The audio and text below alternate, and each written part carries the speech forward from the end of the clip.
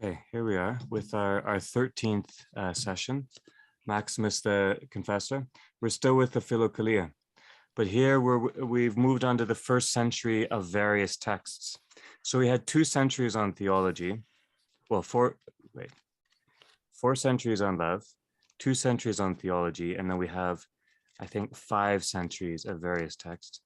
Our note in the book tells us that in the Greek version of the Philokalia, they're all grouped under centuries on theology. So we can kind of think of it like that, maybe.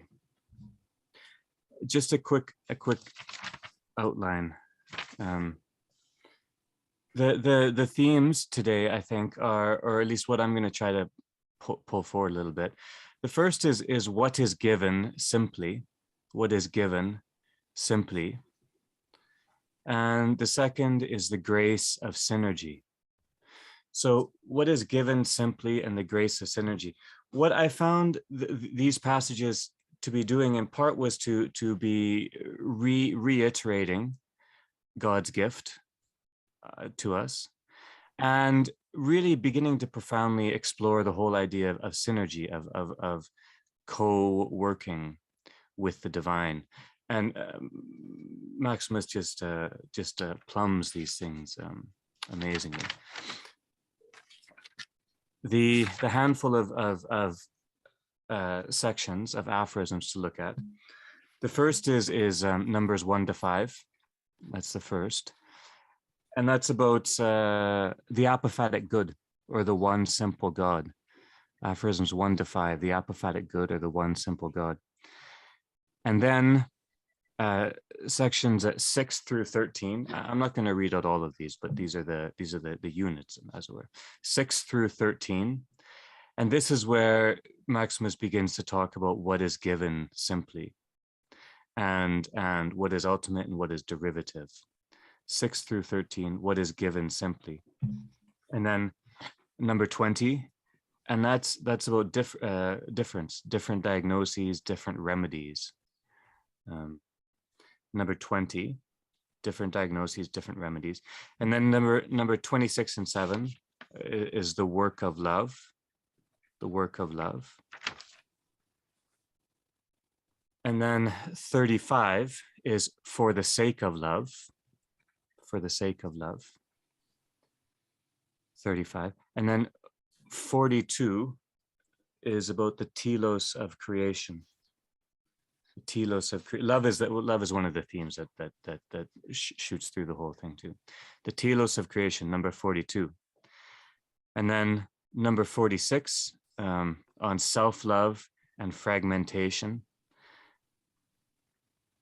Yeah, that's good. Self-love and fragmentation, 46, and then 57, evil as forgetfulness. Evil as forgetfulness, or the opposite of presence. 57 is evil as forgetfulness. And then 62 to 63, which are both the incarnation and theosis and synergy. This is where we begin to get into more deep. Maximus begins to get more deeply into the question of synergy. That's 62, 63 about the incarnation, theosis, and synergy. And then 75, where he really outlines, or begins to really outline, what it means to be active and what it means to be passive, or the transition within synergy. That's 75. And then just a handful at the end, because they're so beautiful, 92 and 93 together. It's drawing near to the one through unknowing, drawing near to the one through unknowing. And then 98 and 100, 98 and 100, which are about the baptism in the cup. The baptism in the cup, these perfect limpid images Maximus gives us at the end of this century. And running through these are ideas of love and truth especially too, and then also human effort. All right, so let's begin with, I'm just going to read parts of 1, 3, and 5. I'm not going to read the whole of the first 5. 1, 3, and 5. Look at 1. The good that is beyond being and beyond the unoriginate is one, the holy unity of three persons, Father, Son, and Holy Spirit. It is an infinite union of three infinites. Its principle of being, together with the mode, the nature, and the quality of its being, is altogether inaccessible to creatures, for it eludes every intellection of intellective beings, in no way issuing from its natural hidden inwardness, and infinitely transcending the summit of all spiritual knowledge. So how does he begin? Almost platonically, in not equating, but linking God and the good, or the good as God, the good as divine. But then he makes a few kind of not quite parallels, but linkages. He says it's a holy union of three persons. Person here is both the being which is forward facing and outward turning, and also the idea of countenance, or the face, the countenance. The holy union of three persons, but then he just repeats himself a line down. He calls it an infinite union of three infinites. So holy here is linked with infinite, and person is linked with infinite too. I think there's something interesting there. And the elusive quality of divine being is foreseen here. He returns to it later. Number 3, not only is the divine logos prior to the genesis of created beings, but there neither was, nor is, nor will be a principle superior to the logos. Excuse me. What's he doing here? The divine logos as personal, it's in the figure of Christ, is beyond all logi, all the multiple logoi that we have in the world. All right. So the connection between the two is present, at least the named connection, but the divine is beyond all. And then he continues, the logos is not without intellect or bereft of life. He possesses intellect and life because the Father is the essential subsistent intellect that begets him, and the Holy Spirit is his essentially subsistent and coexistent life. So the logos, the principle of all, gathers, ordains, compasses life and intellect, but is not formed by them, right? Christ encompasses or is beyond all of these things, but is in no way formed by them. Those are our ways to God. Okay, yeah. And then number 5, there is one God because there is one divinity, a unity unoriginate, simple, beyond being, without parts and undivided. The same unity is also a trinity, and then he more or less says, etc. Right? He doesn't have to repeat the same set of attributes. One God, one divinity. I think back to David Goa's conversation or discussion a few sessions ago about the Jewish acronym for God and the way that conflates ontological states and even temporal being. And here we have not wrapped up in a mysticism of names, but we have the idea that God is not only beyond being, but also beyond time. In other words, again, simple and infinite, or holy person. Okay, these words begin to not parallel, but they begin to echo into each other. Okay, and now turning to the next little cluster of texts. I'm going to read selectively from here, but we'll start on page 165 with aphorism 6 at the beginning and then towards the end. Aphorism 6. Everything that derives its existence. Everything that derives its existence from participation in some other reality presupposes the ontological priority of that other reality. Okay, that's fair enough. A simple metaphysical statement. All right. And then he begins talking about the Holy One, the one Lord of all. Skip down to about halfway through to the sentence that it does not exist with as a being with accidents, i.e. Privy to time or to, I was reading in Ignatius's letters today, I think it was to Polycarp, and he says something like, when you're in your pastoral work in the church, given occasion, do this. And they said, but occasion doesn't really matter because God is beyond time, beyond occasion, beyond. It's the simple kind of notion we're trying to get at here. Same as accident. Okay. The divine does not exist as a being with accidents. On the contrary, it exists as the beyond beingness of beings, the beyond beingness of being. For if artists in their art conceive the shapes of those things which they produce, and if universal nature conceives the forms of the things within it, how much more does God himself bring into existence out of nothing the very being of all created things, since he is beyond being and infinitely transcends the attribution of beyond beingness. There's the inappropriate application of ontological language to God. But we also know there is appropriate application of ontological language to God, but not here. And even infinitely transcends the attribution of beyond beingness. For it is he who has yoked the sciences to the arts so that shapes might be devised.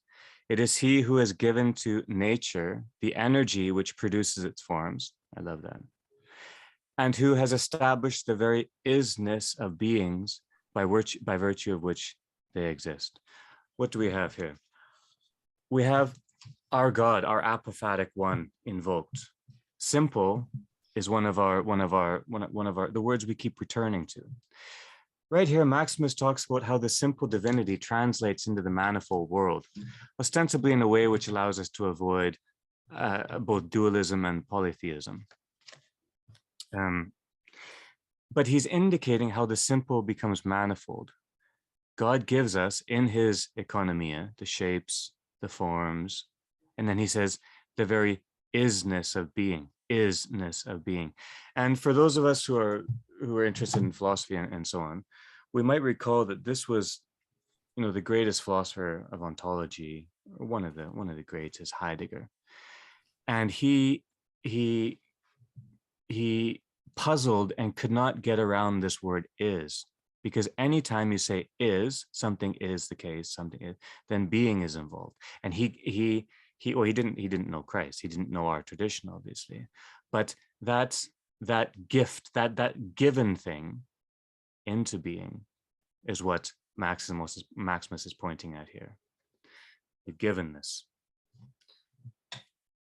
All right, and then on to 7.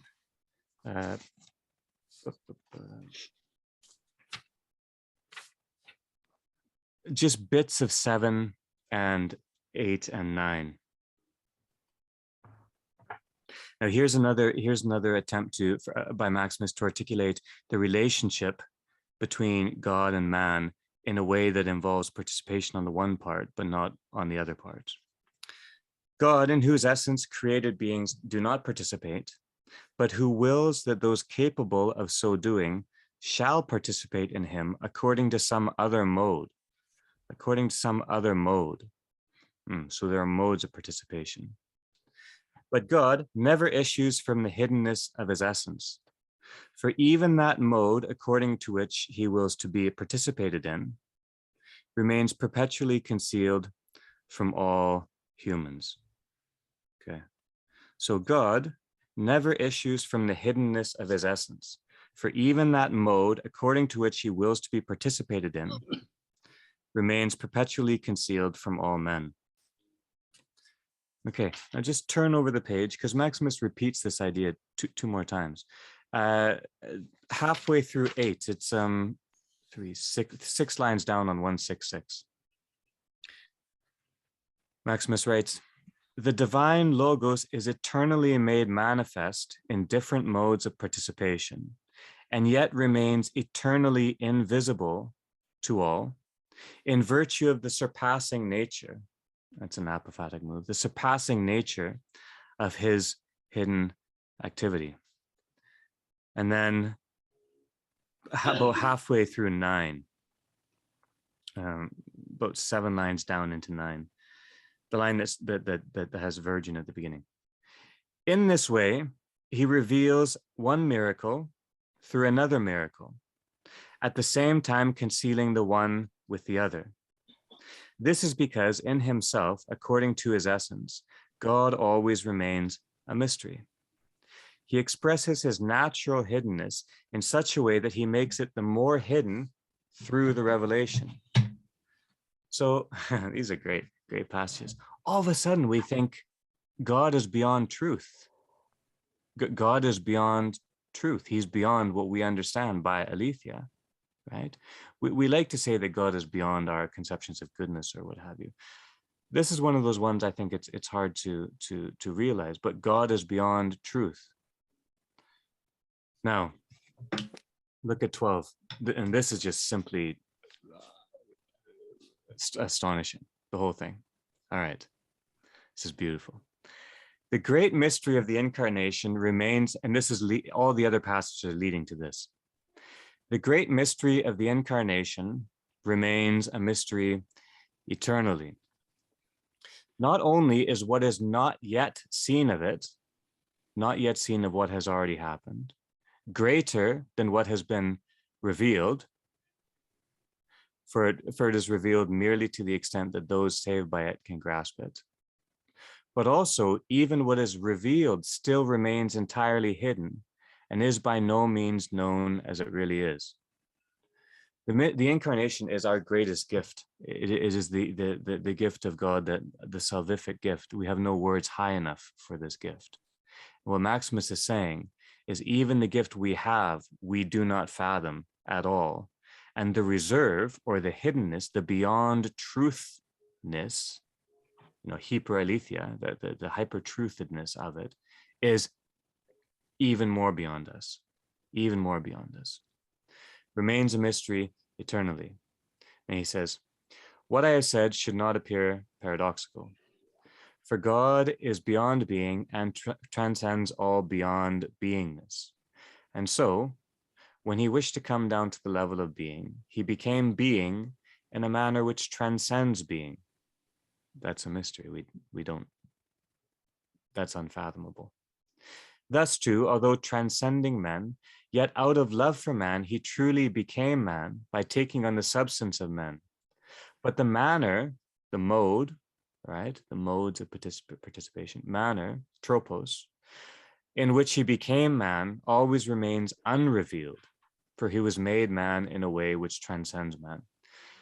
And then at this point, I think Maximus just is nice to us, because the first 3 lines of 13 tell us how we're supposed to, or help us in the face of this complex, unfathomable, unconstruable, imaginable mystery. Let us contemplate with faith the mystery of the divine incarnation, and in all simplicity, let us simply praise him. So in all godliness, let us, in a godly way, in all purity, let us purely, holy, let us in a holy way, praise him who in his great generosity became man for us. Right? This is the mystery we face. What Maximus says we have is simple, whatever that means, and that we know now that is not something that is easy to attain, let's say. Simple adoration. Simple adoration. Simple adoration of the one who became manifold, or becomes manifold, or gives us the manifold world. That transition between one and manifold. All right, moving on to 20. This is a simpler passage. His image, his simile is simple, or easy, straightforward, let's say. 20. When physicians are treating the body, they do not administer the same remedy in all cases. Neither does God, when treating the illnesses of the soul, regard a single kind of therapy as suitable for all conditions. but he allots to each soul what is suitable for it and effects its cure. First of all, that allotment, it could, it could say, well, God accords to each soul, God apportions, he gives, he grants to each soul. This is a way of speaking about God's dispensation, the economy of God, the way that, as we've seen again and again here, to the degree possible, to the extent granted by God, the degrees of the gift that are appropriate for each of us. The gift is both personal and cosmic, though, and it is built in love. So the physician image is that of a loving physician. And that's what the last two lines of 20 refer to my mind. So let us give thanks while we are being treated. Okay. For however great our suffering, the result is blessed. That I didn't note at first, the last four words. If we view our life in terms of its spiritual center and purpose and truth, and we view all of our activities as striving to draw near to God, when we encounter suffering of any kind, Maximus seems to be saying, I have to be very careful here, suffering of any kind. I don't mean that blithely. I mean spiritual struggle, maybe. The result is blessed. Whatever happens through that or with that, somehow, the result is blessed. Okay. Because it's given in love, because it is about that. Okay, let's move on to 26 and 27 now.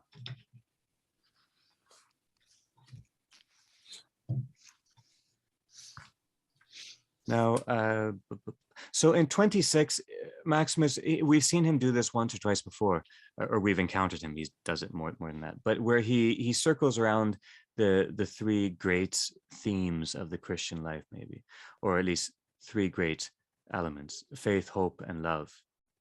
And he contrasts them, and he gives them, gives them definition. I want to look at the last 4 or 5 lines of this, continuing with the idea that when God's simplicity is translated into the manifold created world, it's done in love. And so what we're blessed with and what we undergo are both done in love.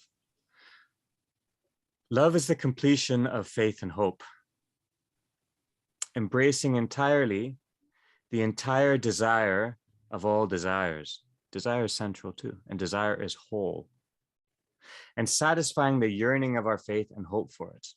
And then here, for that which we believe to be and which we hope will come to pass, love enables us to enjoy as a present reality.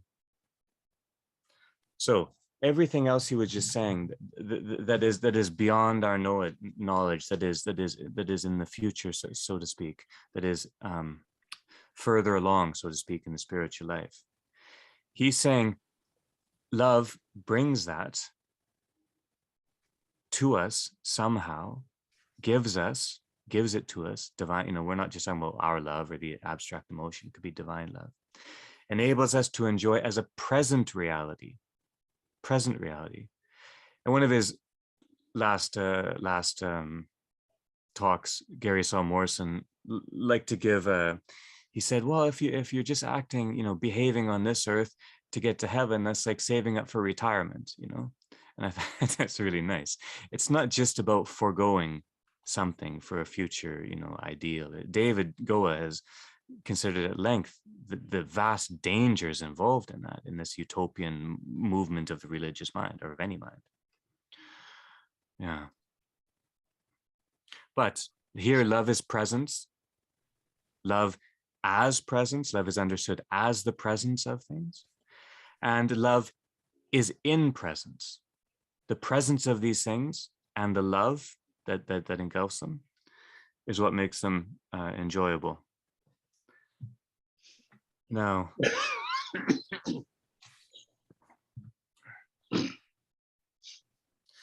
27. And what I want us to consider, it might be a little bit of a strange move. I wonder if here love begins to mean the same thing as purity means, or if purity begins to mean the same thing as love means here. We need a way around purity as an unblemished, kind of moral standard of that. And we have the image of virginity already, which is probably the best we have. But there are slightly more abstract images too. Okay, the most perfect work of love and the fulfillment of its activity is to effect an exchange between those it joins together. That's the purity that I see, the purity of relationship, which in some measure unites their distinctive characteristics and adapts their respective conditions to each other. And then Maximus has one of these sentences, which the first time you read it, it's astonishing. And then it just echoes like a refrain through the tradition. Love makes man God and reveals and manifests God as man through the single and identical purpose and activity of the will of both. Love is deifying, love is theosis, and love is our very image of the deity as well. This seems to me that love enables the pure relatedness, the pure presence of two beings who are in the image of God. And in that purity of that relatedness, that's an echo of maybe divine relation. But it also is, well, presence. That's another word for it. Presence, or faith is also another word for it, for the purity of that relationship, which in which the benefits are manifold. Okay, I don't want to get too tangled up there. Let's go on, keeping on this theme of love, right? We have the simple God and the manifold, and we're going to get to what is given simply we already have. We're going to get to the grace of synergy, but love is our way there. So 35. I'm going to read this whole thing, then I want to just make a series of connections that I think stand. And if they don't, then we'll see. But if they do, then maybe that they do. For the sake of love, for the sake of God, for the sake of the heavenly kingdom, for the sake of the one holy. All the saints resisted sin for the sake of love. Okay. Not showing any regard for this present life. And they endured many forms of death. Okay. Endured many forms of death in order to be separated from the world and united with themselves and with God, joining together in themselves the broken fragments of human nature. That's holy integrity right there. That's part of the, integrity is at the heart of it all. For this is the true and undefiled theosophy, God knowledge, God wisdom of the faithful. Its consummation is goodness and truth, if indeed goodness as compassion and truth as devotion to God and faith are the marks of love. Right? So compassion, devotion, marks of love. It unites men to God and to one another, and on this account contains the unchanging permanence of all blessings. The unchanging permanence of all blessings. So just, it may be a little bit fanciful, maybe. But if we look at how proceed through this and the string or the thread Maximus draws between love and other ideas, he first contrasts love with sin. All right, so love is not sin. Sin is not love. And then he says, the saints, for the sake of love, endured many forms of death. Okay, so love is also not death. Death is something they had to endure for a higher sake. So love is not sin and death.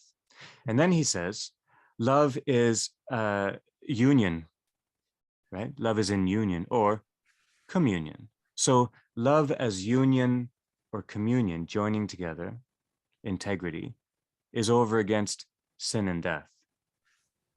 So that means communion is over against death and sin. And if communion, or a communion of love, a loving communion, is over against death and sin, what does that make death and sin? Well, it makes them the opposite of loving communion. It makes them discord or alienation or estrangement. Goa, you like to use the word estrangement. I think it's beautiful. cleaving, something's being cleft, right?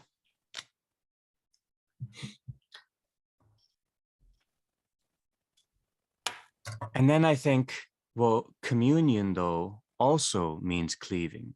To cleave to something means to hold it together very tightly, right? To cleave, right? So cleave can mean to split apart or to join together tightly, right? It's one of these beautiful words that shows, I think, a deep truth about the spiritual life, which is that when we are trying to discern the landscape of our spiritual life, things look the same. Cleaving and cleaving is the same word. It means two different things. And what we're taught is that the opposite of truth here in our tradition is not let's say wrong, as in right and wrong. It is a falsehood, illusion. Illusion is the opposite of truth. Antichrist is the illusion of Christ, right? The angel of light is the illusion of light. So in other words, for the sake of love, all the saints resisted lying, resisted lies about the spiritual life. Okay, so in a way, loving, the act of loving, is over against the act of lying. All right, hold that in mind for 1 second while we go to 42. 42 is about the telos of creation. The telos of creation. Now, so just let me tell you first, and then we can read this. If love is contrasted with illusion, in the act of deceiving or deception or lying, well, we know that creation erred because of a lie, the deception, right? Or not creation, but one of our company, right? Erred because of a lie, because of a deception. Now, that lie being healed, the lie that we are not as God said we are, right? The truth is we are as God said we are. The lie is that we are not as God said we are. That lie being healed, our telos then is in cleaving to God, in ever drawing near, in ever moving repose to the divine. But the cleaving is where the truth of the lie is found out. Okay, 42. God made us, this is about the telos of creation. God made us so that we might become partakers of the divine nature and sharers in his eternity, and so that we might come to be like him through deification by grace.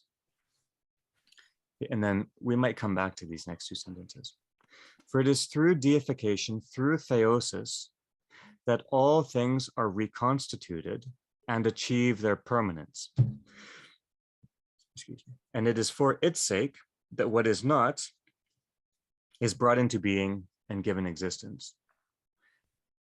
Theosis, deification, is not only the renewal and the entrance of the of all things into the eternal, but theosis is the for the sake of God's creation, according to Maximus. Theosis is the reason, it's for its sake that what had no being was given being. So love is in our beginning and in our end.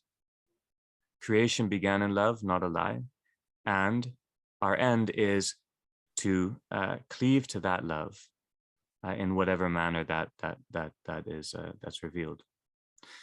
Okay, a few counterexamples, and then we move on more into the deeper into synergy and theosis.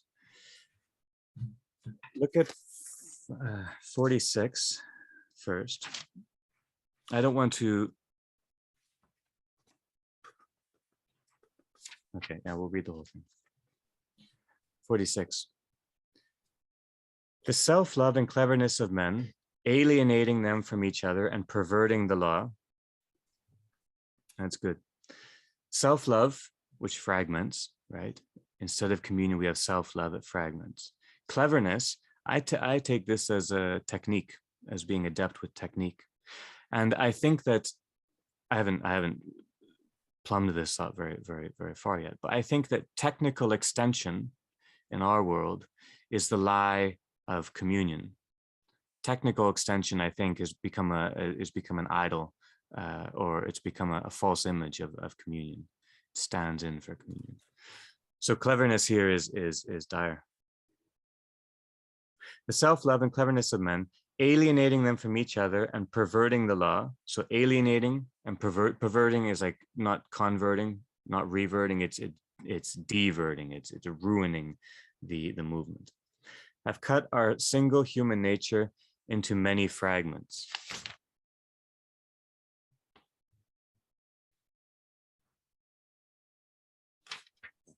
Our single human nature into many fragments. They have so extended the insensibility which they introduced into our nature and which now dominates it, that our nature, divided in will and purpose, fights against itself. So self-love and cleverness, alienation and perversion.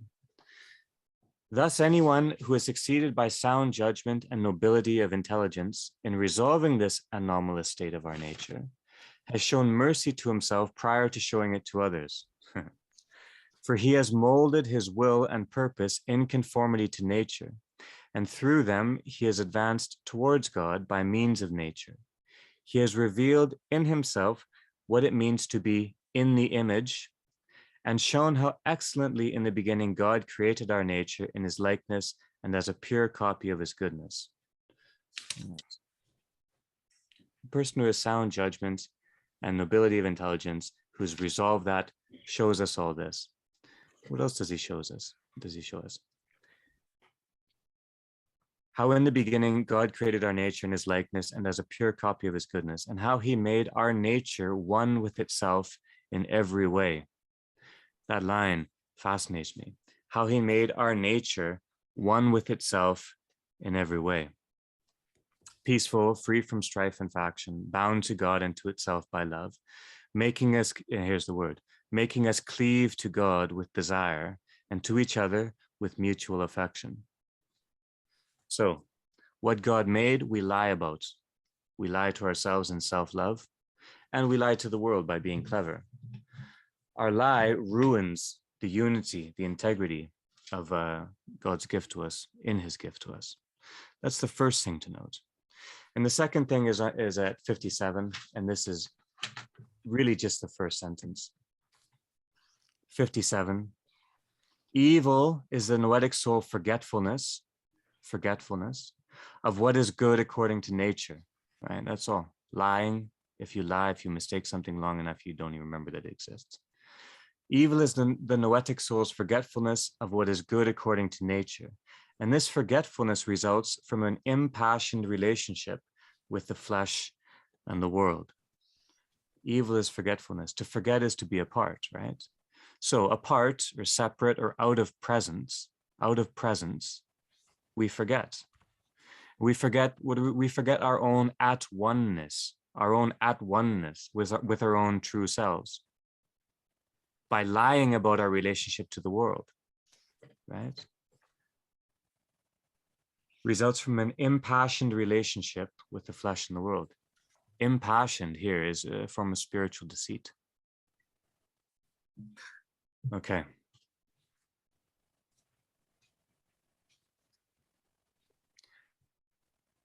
Now let's move on just to the last handful. We'll try to move through these. 62 and 63, and then 75, and then 92 and 3, and 98 and 100. I'm going to read out 62 and 63 and 75. I only have a few things to say about each of them. It's more just to hear the language and hear how Maximus begins to modulate the way he speaks of motion or movement, right? Activity. Okay. So 62 and 63. A sure warrant for looking forward with hope to the deification, to the theosis of human nature, is provided by the incarnation of God. Isn't that great? The incarnation ensures theosis. A sure warrant for looking forward with hope to the deification of human nature is provided by the incarnation of God, which makes man God to the same degree as God himself became man. For it is clear that he who became man without sin will divinize human nature without changing it into the divine nature, and will raise it up for his own sake to the same degree as he lowered himself for man's sake. It's astonishing. This is what St. Paul teaches mystically when he says that in the ages to come, he might display the overflowing richness of his grace. All right. And then just keeping on to 63. When the intelligence is in control of the insensitive power, or of the insensitive power and desire, pardon me, it produces the virtues. When the intellect devotes its attention to the inner essences of created things, it reaps genuine spiritual knowledge. Thus, the intelligence, after rejecting everything alien, discovers what is desirable according to, remember that phrase, according to our true nature.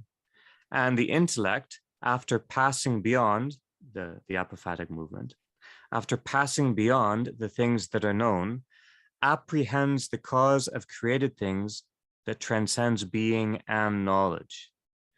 So this is interesting. The intellect, the nous, after in that apophatic space is still said to apprehend. And I remember how we were playing with that word apprehension at first, because it goes both ways. We apprehend, but we are also apprehended, right? That word might be the turn right here. Then the passion of deification, the passion of deification, the pathos of deification. The passion of deification, the undergoing of deification, is actualized by grace. The intelligence's power of natural discrimination is suspended, for there is no longer anything to discriminate about. The intellect's natural intellection is brought to a halt, for there is no longer anything to be known. And the person found worthy to participate in the divine is made God and brought into a state of rest. All right. And then moving right on to 75, because he follows this language, so pardon me. Right on to 75. It's on page 181. The principle of active accomplishment is one thing, and that of passive suffering is another thing. The principle of active accomplishment signifies the natural capacity for actualizing the virtues. Okay, so here, active is according to nature. Active is according to physis, right? In communion with physis or physis, active, all right.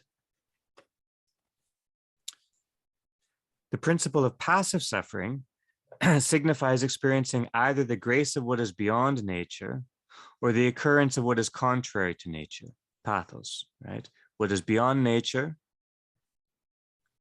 or the occurrence of what is contrary to nature.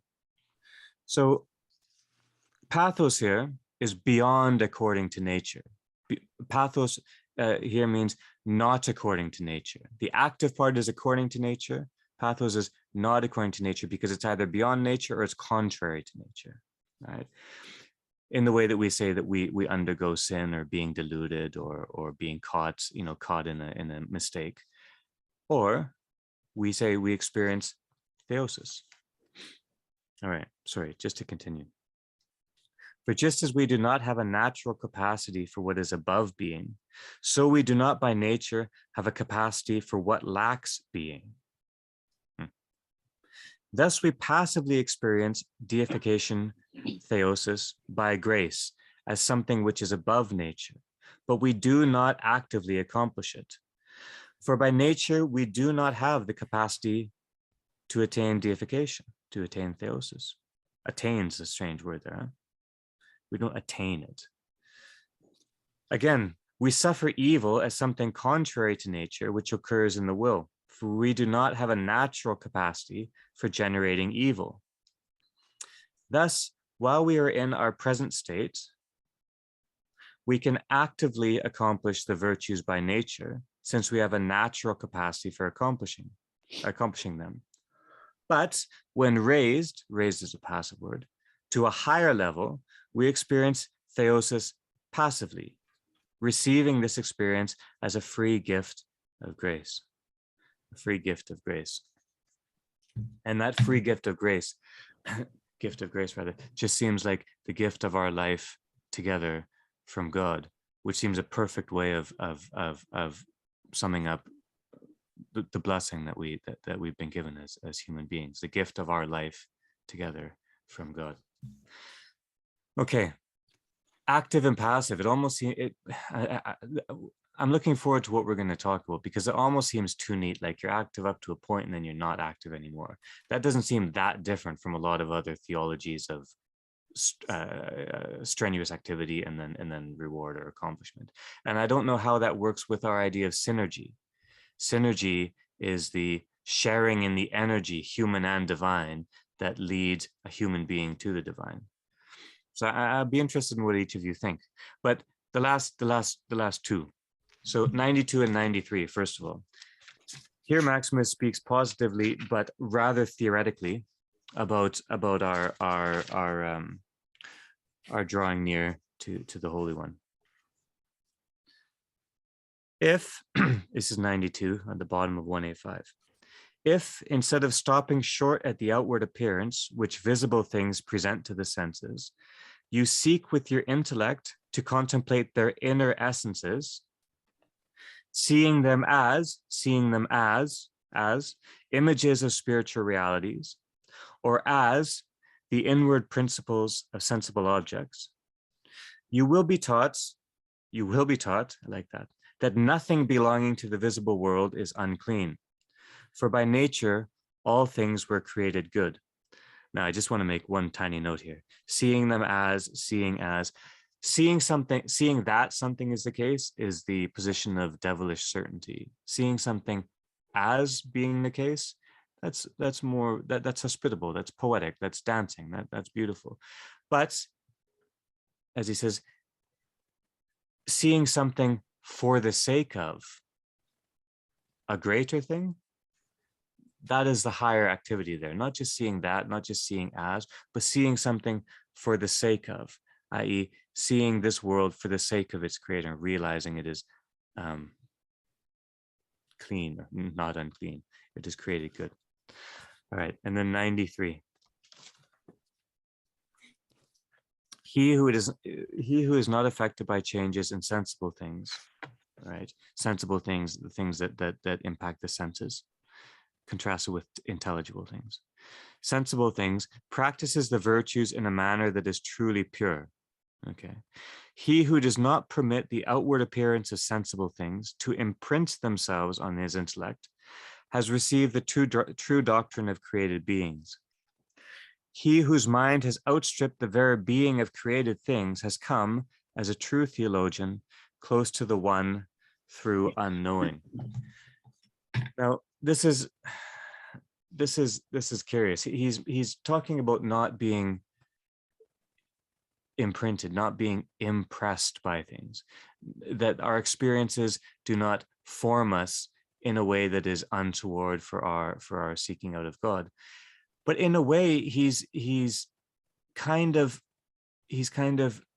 giving us a similar account, but in reverse order, as he did at the very beginning. He begins with the human and leads to the divine here, instead of beginning with the divine and leading to the human here. And the transition between or from the manifold things to the simpler, and then to the simplest, and then finally to the one, close to the one through unknowing, which is just a stark, perfect, beautiful phrase. So I think he's giving us the same image, but just in reverse. Now, the last two images he gives us, pardon me, and then we will open it wide up. 98 and 100. And 100 is my favorite thing that Maximus writes. 98 is its companion piece. The baptism of the Lord is the utter mortification of our propensity for the sensible world. Go, I know you've been thinking about mortification and the whole idea of propensity. I wonder what you make of this. The baptism of the Lord is the utter mortification of our propensity for the sensible world. And the cup is the disavowal of our present mode of life for the sake of truth. All right. The baptism, the utter mortification, the drying up, the desiccation, the withering of our impulses for the sensible world, the world that will impress upon us in a way which will mar the simple image given us by God, right? And the cup is the disavowal, the turning away from our present mode of life for the sake of truth. Well, he doesn't actually mean our present mode of life in the sense of the human course of things. He's assuming here that we are still struggling for the sake of truth. Two statements, both put negatively, but they begin to clear the ground. The baptism mortifies, the cup disavows, but then disavows. Why? For the sake of truth. So he's pointing his way through here. And then 100. The baptism and the cup differ in this way. Baptism for the sake of virtue, okay, mortifies our propensity for the pleasures of this life. Now he qualifies that idea, not just propensity for the sensible world, but for the sake of virtue, mortifies our propensity for the pleasures of this life. That's positively put, positive theological statement.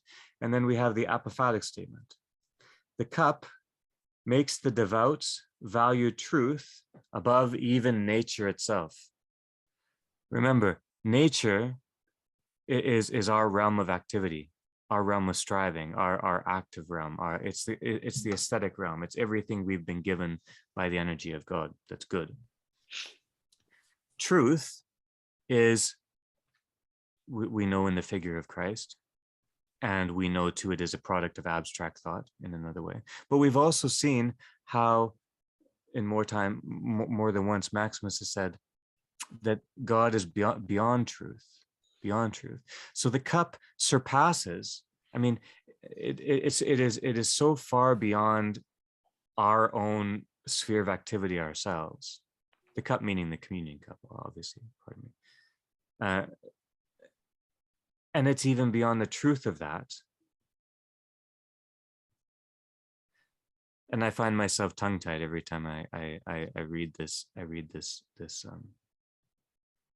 last bit. So let's pause there. But I'll pause there. Everyone else will not pause there. What do we make of this baptism and cup business, or any of the other handful of things which we tried to delve out of this century?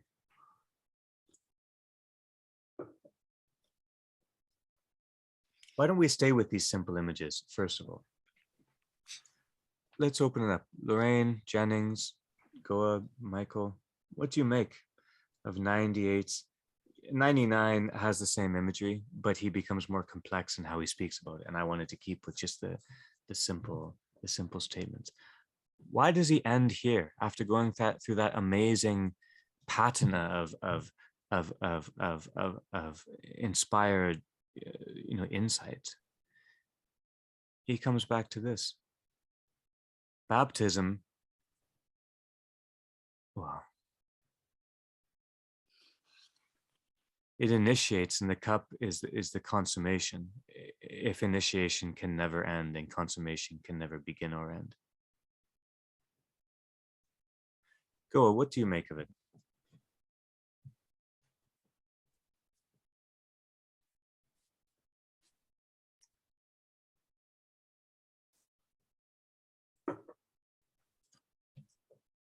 Well, I think I've said something about this before regarding baptism, but I'm so struck in the baptism liturgy by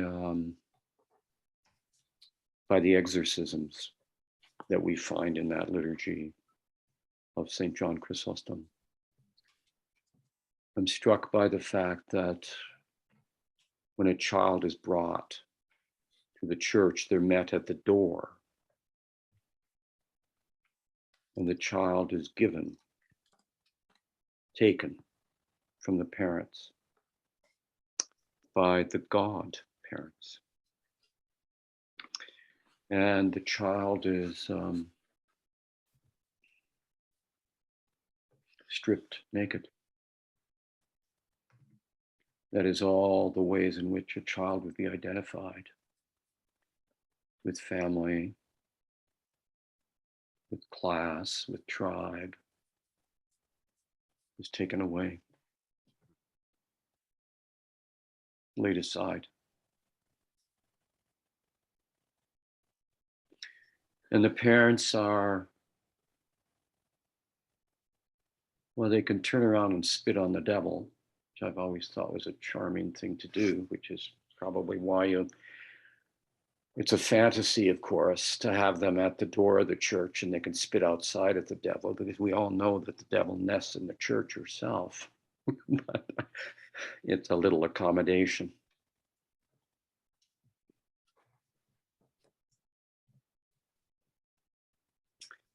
So, mortification.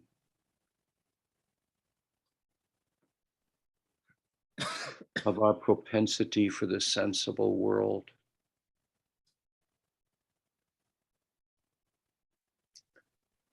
So mortification, it seems to me that mortification is to no longer see through the prism of morte, no longer see through the prism of death, no longer see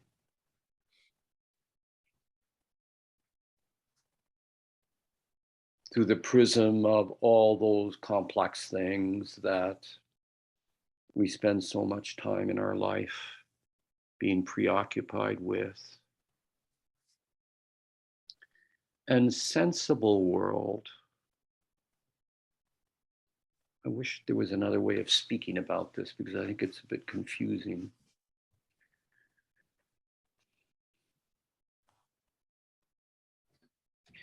It's to be buried in our sense of the world. Our sense of the world is not the world. It's momentary. It's framed by so many things that go on in our life.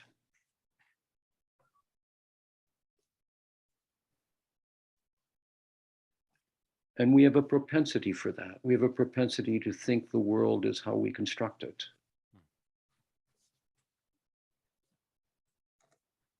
That's a lie as soon as we take it seriously. Yeah. But I mean, it's normal. Yeah. You know, it's completely normal for us to do this. So when I when I look at those exorcisms, which seem to me to be, you know, there are three of them, the kind of exorcism from the images your family has of you as a little child born into the world, all the hopes and dreams that a family has for a child. But the danger is that you want to remake the child in that image. All that the child is expected to be for the tribe or the social class or whatever world the child is born into. No matter how good they may be, they, of course, are also, the danger is that those will be imposed, or that we will see the child through that kind of prism, and we will never really see the child. We will never let the child grow. We will imprint the child, his earlier image, the imprint of sensible things. So this isn't about creation, and it's not about our feelings in the deepest sense of that. It's about our presumptions.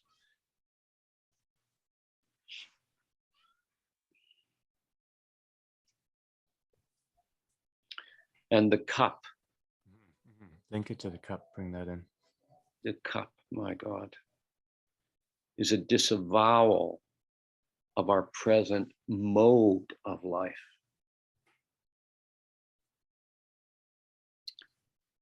You know, at my little Ship of Fools, my little church, which has all these charmingly crazy people in it.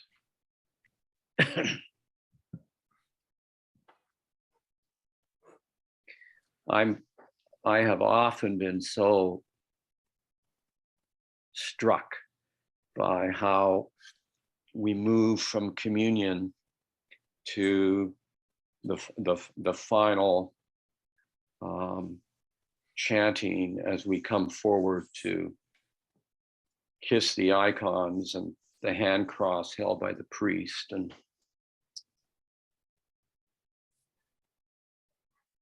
and people sing this common song, which I believe actually was composed in Constantinople in 1453. I'm not certain about that. Which, as we sing it, it says, give victory, Nike, to the Orthodox Christians.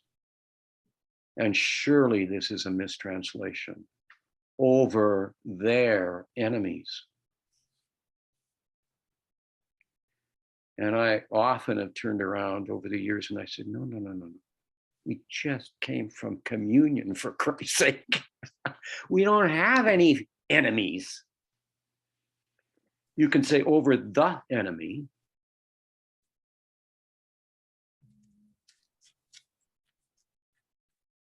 Over enmity, over my illusions, over the rumors, over the lies, over the presumptions.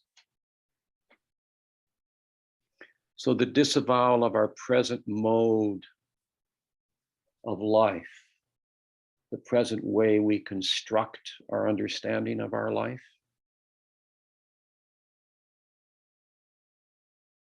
for the sake of the truth, for the sake of a person, for the sake of the anointing one, the Christos. Because Christos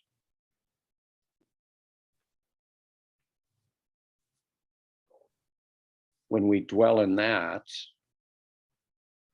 we do not have a mode of life. We are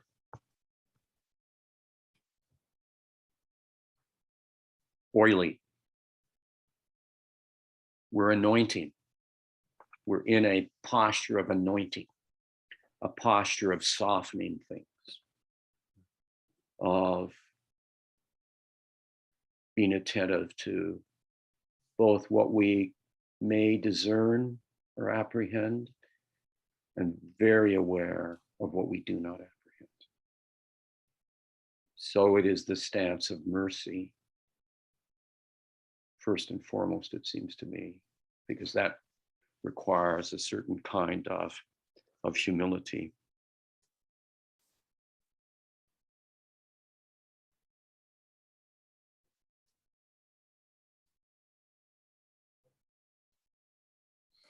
So if we go to 100, baptism for the sake of virtue mortifies our propensity for the pleasures of this life.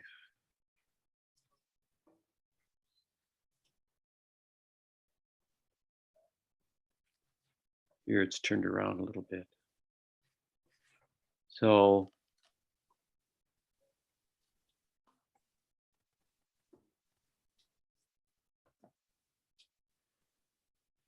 baptism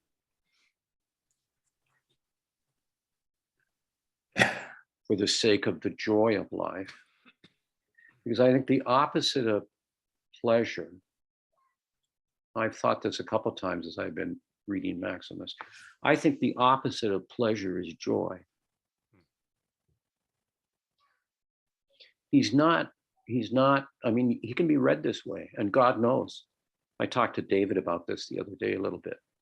God knows the monastic literature is full of this, because the monastic literature is in some ways the release valve for Gnostics within the church.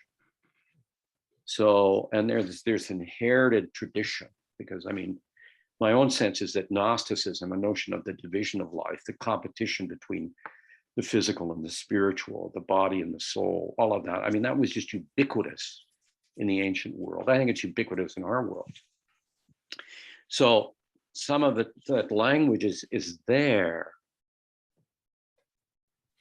But I think on a carefuler reading, it's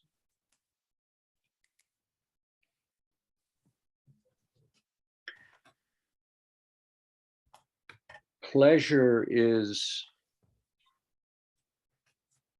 mine. There's a sense in which pleasure is onanistic. And joy only exists in enjoyment, when you are in joy together.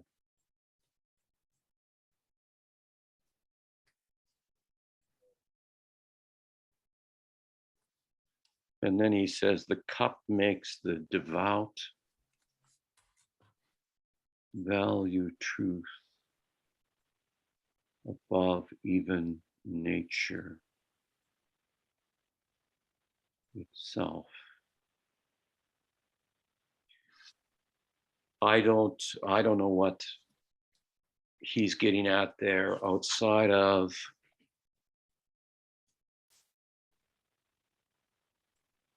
how easy it is for us to assume that how we understand things is its nature, is the way it is. And he's saying that since the crucifixion of Jesus Christ,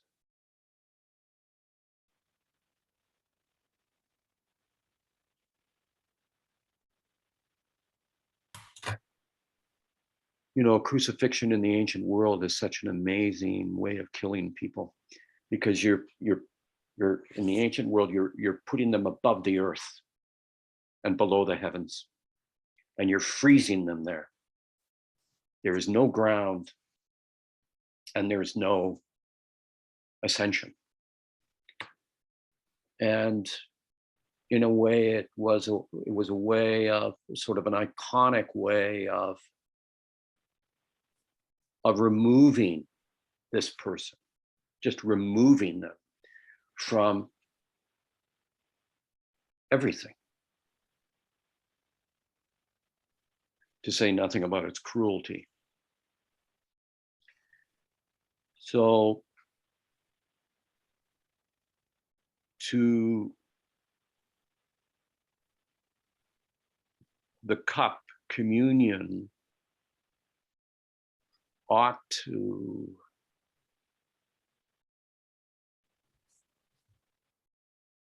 we are both baptized into Christ's death, and communion is the blood and body of Christ given to us through his making sacred even of death.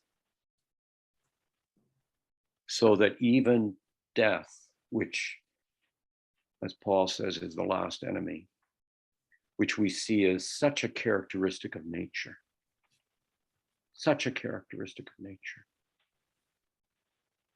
It seems to me he is saying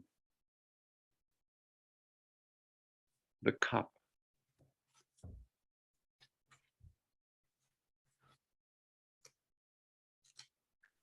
helps us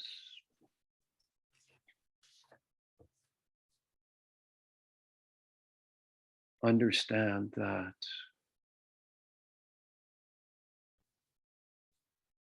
we do not have to be afraid of death anymore, of nature anymore.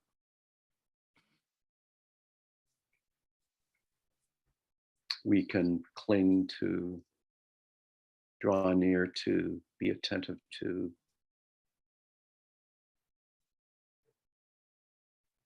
the one whose love is greater than death.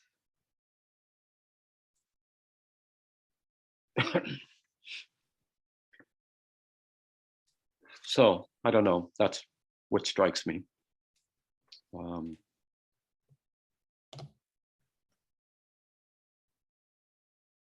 What do the rest of you think? What about this suggestion that I've made, that the opposite of pleasure is joy in this understanding.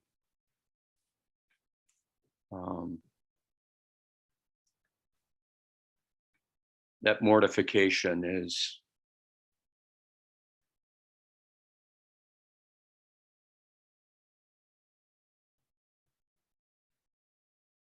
it's a funny way of using it, because it's so common, such a common way of using it. But, morte, death at the center of things. And since that's such a preoccupation in Christian theology, what does it mean to no longer have death at the center? For that to no longer be the prism through which we see things. And in some way, the sensible world, I'm a sensible human being. Why are you telling me not to believe this? I'm a sensible human being. Those people are bastards. It's the sensible world in this sense doesn't mean the physical world, but the kind of sense we are making out of it when we still see life through the prism of morte, through the prism of our fear of death, when we're still hanging on to things. And that's why I think these exorcisms exist in the baptism ritual. It's always struck me that there's a huge confusion about baptism, because a lot of people in the Orthodox world and the Catholic world, elsewhere, I'm sure, I don't know about Presbyterians, David, because you have almost everything right, but so many people see baptism as an initiation into the church. But if you look at the baptism ritual of Chrysostom in its fullest form, this isn't a bloody initiation into the church. It's trying to cleanse the eyes of the community. The exorcisms aren't about the child, which is Maximus says so often. There's nothing wrong with the child born into the world. But there's a lot wrong with how we see that child in the world. And so those exorcisms are for the whole community, at least for a moment, at least get a little inkling that maybe my hopes and dreams, not that they're wrong, it's just that they're not real. And they may get in the way in a very real way.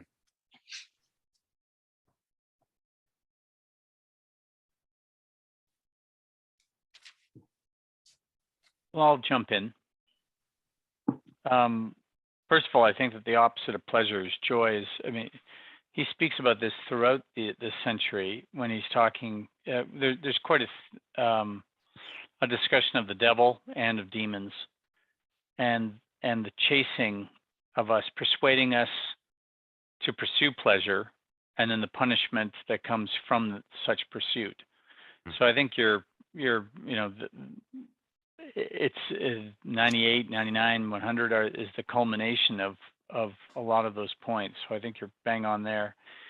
Second point, David, I think that you're making is that when we speak of the baptism, it says mortifies our propensity for the pleasures of this life. Yeah. It's not the child's. Right. It's our propensity, that this is a communal participation. Yeah. So that the baptism of the child deals with our propensities, and I think that just reinforces what you just said. This child, sorrowfully, because I think often we're sorrowful about this, this child is not the hopes and dreams of the parents, no matter how good those might be. This child is not the hopes and dreams of the tribe, of the social class. And this child is not to be seen through what history is going to deal with this child, or deal to this child as well. History will deal its things. And you can easily collapse the child into how they respond to those things. We all do that with ourselves all the time. But the exorcisms are saying, no, no, no, no. Remember, everyone, this child is Christos, the image of God. And most vividly, in my experience, in the Coptic tradition, but it's there in Chrysostom as well, and depending on the priest and what have you, it will be there in vivid ways or less vivid ways. But I mean, the Copts, when a baby is baptized, they hold that baby up and they say, Christ is among us. And everybody comes up and wafts their hands over the child and wafts the air over themselves in hopes that they'll remember it, at least for a few moments. And then the child is taken, whether it's a boy or a girl, makes no difference, it's a child, is taken, and it's beautiful in the Coptic tradition because they use the instruments of the psalmist. Triangle, cymbal, bell, drum, and they dance the child up to the sanctuary. And then they dance the child into the sanctum. And on each side of the holy table, they lay the child's head gently and pray a prayer of thanksgiving. It's cosmic as well. All four directions of our world. So in a tradition where the only people that go behind the iconostas are people who are ordained, in a sense, armed for it or protected from its sacrality. Vestments are a curious phenomena. When a child is baptized, that's where they're taken. Or as a priest friend of mine does on occasion, lays the child right in the holy gates and says, this is it. What you see is what you get. This is the holy.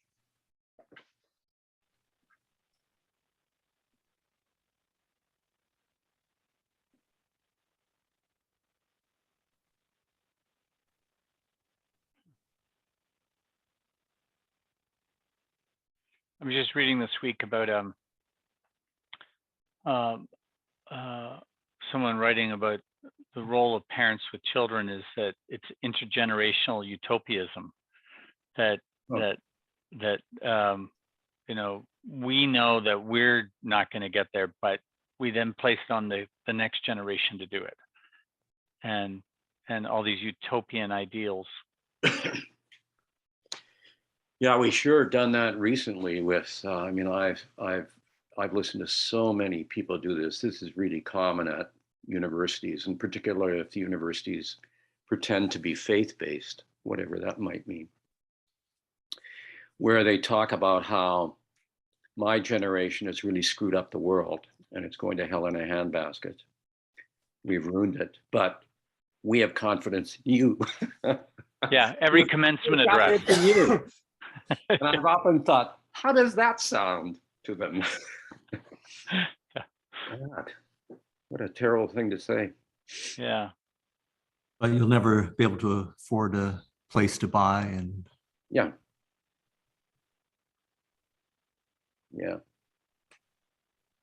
sorry, that's a mundane thing to say, but let's circle back to one of the other themes that came up, but by way of David, your lovely outlining of Aphorism 100. I like your account very much of the cup, and the last phrase makes the the devout value truth above even nature itself. I think it's beautiful how earlier in 98, you just kind of walked through the emphasis of that sentence with mortification in it, and said, no, the weight of death is in the phrase sensible world. The mortification is our healing, of that. I think that's really beautifully put. Truth above even nature itself. This let's turn back to earlier in the century, around 8, 9, and 12. He returns to this more than once. But these phrases in which, and I'd like to open it up to Lorraine, Burke, whoever, when he's declaring that the kind of twofoldedness, the doubleness of revelation and obscuration, it's not a unique theme. I mean, any kind of form at all is both a clarifying and a mystifying thing, Jennings, you know this with the paint. This is a painting image, right? Of course, right? But I wonder what we make of these. Where's the first one? Well, in 7, he says, never issues from the hiddenness of his essence. Even that mode according to which he wills to be participated in remains perpetually concealed from all men. And then in 8, well, I'm just rereading the passages we just read. The divine logos is eternally made manifest in different modes of participation, and yet remains eternally invisible to all rather, in virtue of the surpassing nature of his hidden activity. And then in 9, he reveals one miracle through another miracle, at the same time concealing the one with the other. Mm-hmm. These passages in which it's not quite paradoxical, but it is, but he's deliberately playing with almost contradiction to see what. Michael, what did you make anything of this? What did you think? What struck you here? I think it's very easy to go wrong because you could subtly align yourself on either side of the view. For example, that revelation or truth is something that is, I mean, you mentioned earlier, and it's just kind of stuck, something that God is even beyond revelation and truth.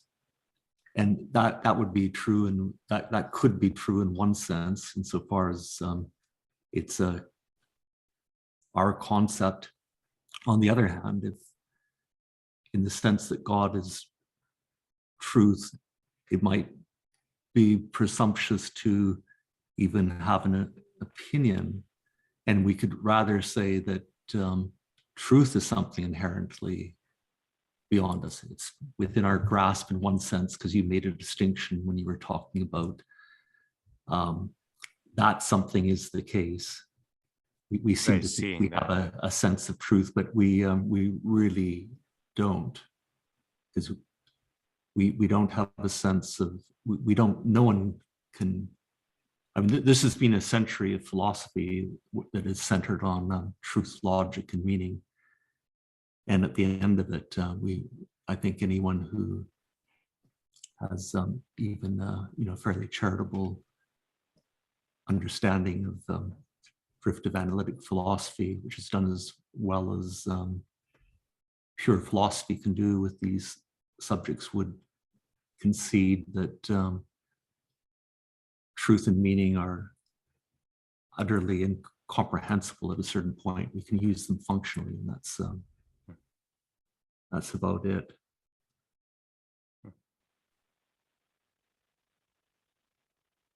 Yeah, I mean, this is sort of relates to something you were saying. I think it was in passage 92, if I'm not mistaken, when that's where you made the distinction between truth as a kind of reassuring propositional truth.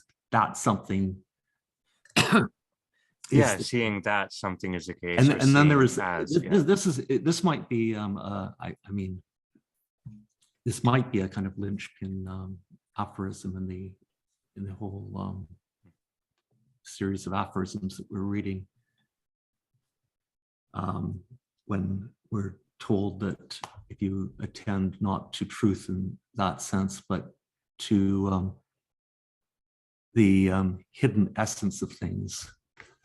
I should, just so I don't wander too far, I should actually refer to the passage. If instead of stopping short, I'm reading passage number 92, the bottom of page 185. If instead of stopping short at the outward appearance, which visible things present to the senses, that's how we tend to build up our knowledge. You seek with your intellect, you seek with your intellect to contemplate their inner essences, seeing them as images of spiritual realities, which is what we don't do with our secular ways of knowing, or as inward principles of sensible objects. And this is the striking part that you noted.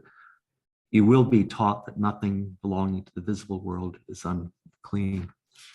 That is an extraordinary passage, one that should be brought to the attention of anyone who stumbles into a kind of obsession or a kind of fanaticism about the body and about our senses, because that's only true when we're alienated, it seems. And there is a possibility through deification and synergy to begin to see things not simply as they appear to be through the senses. And this might come, this relates, this might provide a kind of gloss on what David was saying about pleasure and joy. For a young child, this division of pleasure and joy might not exist, but through a process of forgetfulness, as we reflect and we mature, but we also become progressively more alienated from seeing nature in the world. The more self-sufficient we become, we develop these powerful ways of seeing, these methodologies, which make us, feel rather empowered. But they're also subtracting from our simple connection with things. And I think this, as you get older, that there's a risk that this can infect your sense of pleasure, so it becomes, and joy becomes a rather remote possibility, unless there's something that redeems your capacity or brings you back. It's probably why we find such pleasure when we contemplate children and how they can respond to reality versus the way we tend to.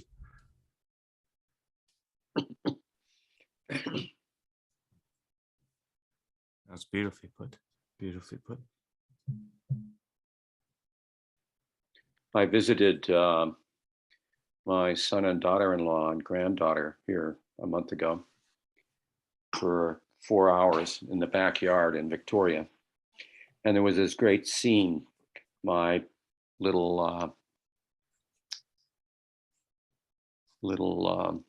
granddaughter, she's 3 years old, she would decide who was going to seek and who was going to hide. So it was my turn to hide, and she was going to seek. So she turned around and counted to 10. And so I hid like this. And I must admit, I peeked just a little bit to see how she would respond. And so she said, "Ready or not, you must be caught." And she turned around. She was about 10 feet from me, something like that. But I was very hidden. And she looked, and she didn't roll her eyes exactly, but it was a very curious look. And then she almost immediately said, you know, you could almost hear her say to herself, oh, no, I'll go and see if I can find him. She wanders all around looking for me, and then finally comes and touches me on the arm.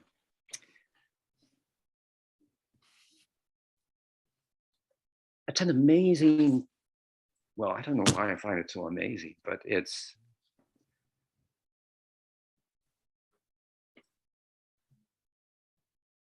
she,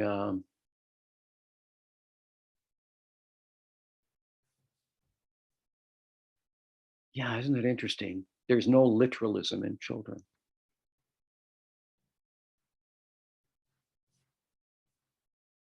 The sensible hasn't colonized them yet. The possibilities are still open. Yeah.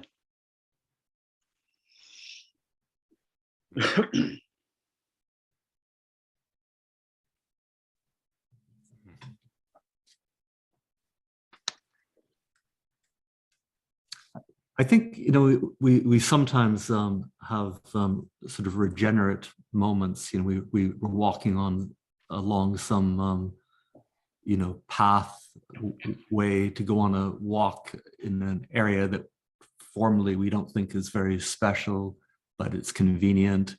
And then one moment you're walking and suddenly the most minor things seem really extraordinarily special. And we might not have experienced something similar for a very, very long time in our life. And it's, I think something is happening to us, and it's, in a way that experience impresses me much more than the kind of formal attempts to argue with people about, you know, beliefs of a transcendent nature. You know, people go on the circuit, of course, and provide, you know, have debates and argue about, you know, religious matters. And it's, I suppose it might, you know, that kind of activity might bring comfort to some people, but I really, I think it's probably more of a distraction.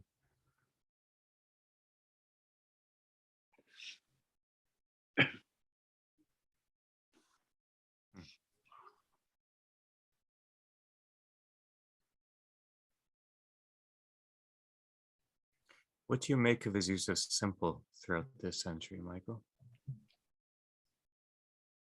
Did you gather any more depth to your understanding of that word that that you might share with us?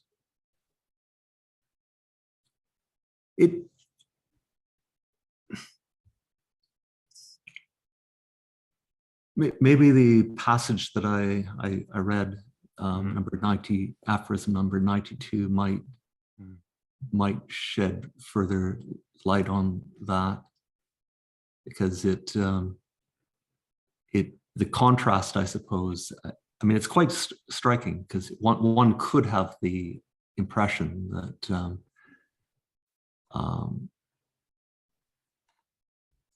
any of our passionate connections to nature and the world are problematic, and yet that's probably not true with young children. And this passage suggests a way of overcoming our alienation. I mean, it's quite striking. It says there's nothing unclean in the natural world. Yeah. If instead of seeing it this way, you see spiritual essence in the things. I mean, it's a transformational way of seeing it. So there's nothing wrong with creation per se.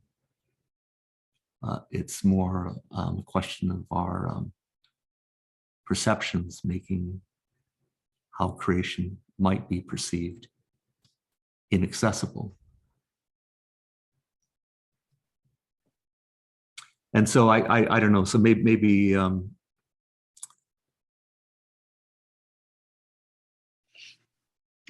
the extent that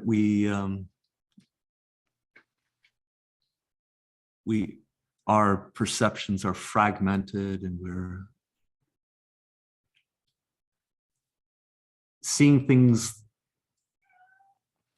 I'm trying not to use words that are tossed around all the time, you know, as familiar critiques, but to see things reductively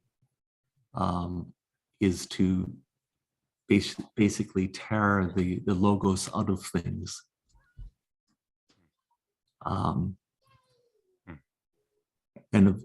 there are powerful methodologies that, you know, obviously encourage us to do just that, and they have great utility and value. But they would be really quite inhuman. I mean, imagine if you were to see a young child and you're just, you know, try to describe this bundle of joy and language which doesn't evoke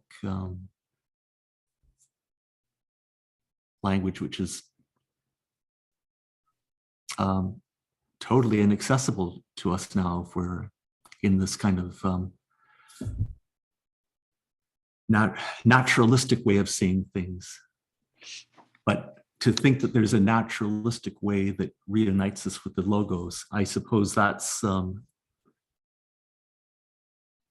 I'm really struggling here that's a way of bringing us back into a kind of simplicity that we've lost. Mm.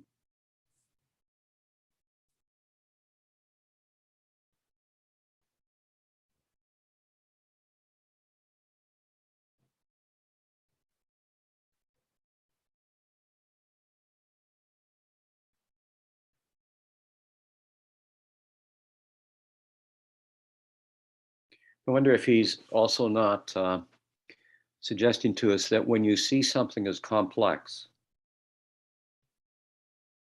as mixed, as divided, you maybe ought to ask yourself a few questions. You know, what are you seeing? And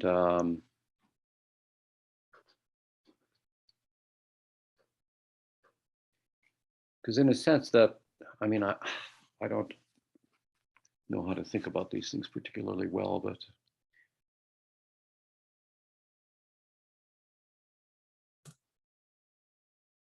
something that's simple can't be divided.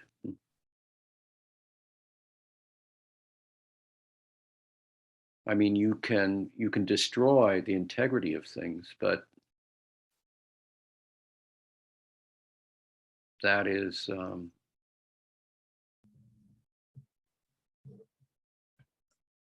that's a very unhappy thing to do. You know, it's ruinous. And to see the simple, to see the integrity of things, to see how they hang together, is of course to see their beauty and to be attentive to how they speak to you.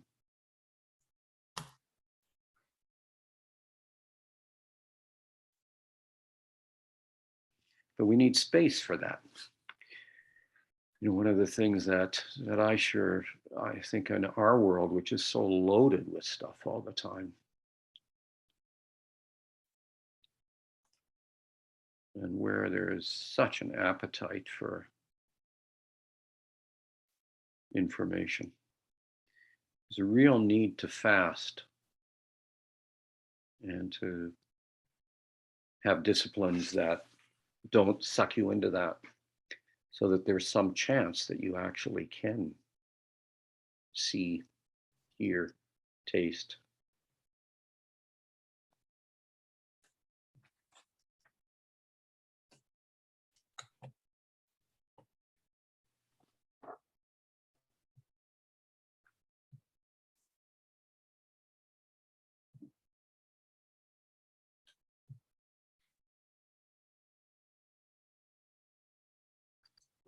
lot of suffering during the pandemic, with especially 2 years ago, when there was a great deal of uncertainty and people were sequestered and locked down. And I would hesitate to generalize over people's experience. I know how much despair and anguish some people fell into, but it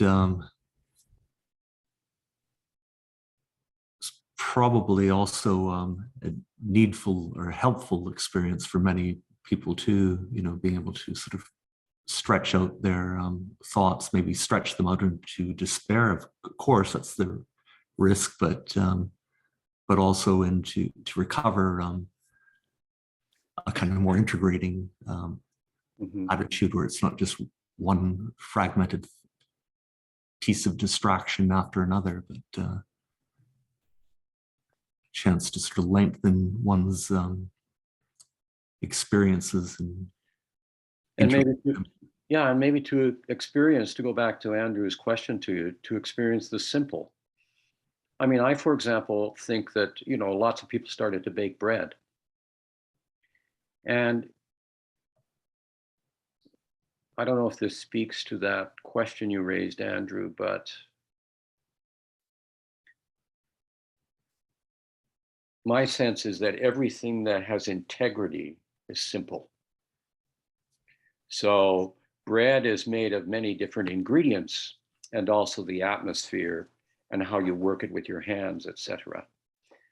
But when it really comes together, I mean, it's a whole loaf.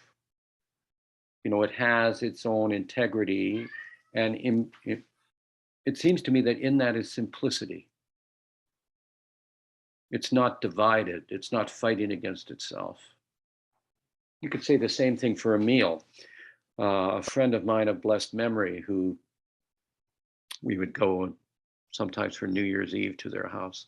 She was a wonderful cook, but there were times that she just overdid it, it was too complex. But there were other times when I'm sure she used just as much ingredient, but it was there. It was, and in that sense, it was sort of simple.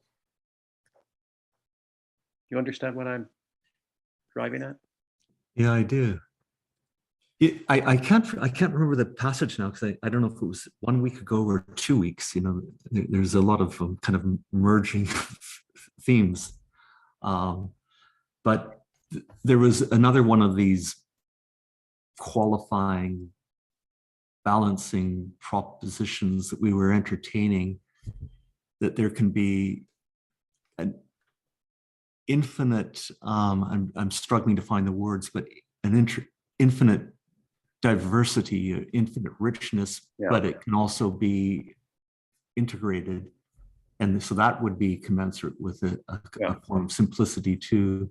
We could think of, I think, there's obviously a trend in early 20th century modern art, a kind of formalism that I think finds a slightly suspicious way of arriving at the principle of simplification and simplicity, that under the banner of art for art's sake, as though art is somehow alienated from everything else.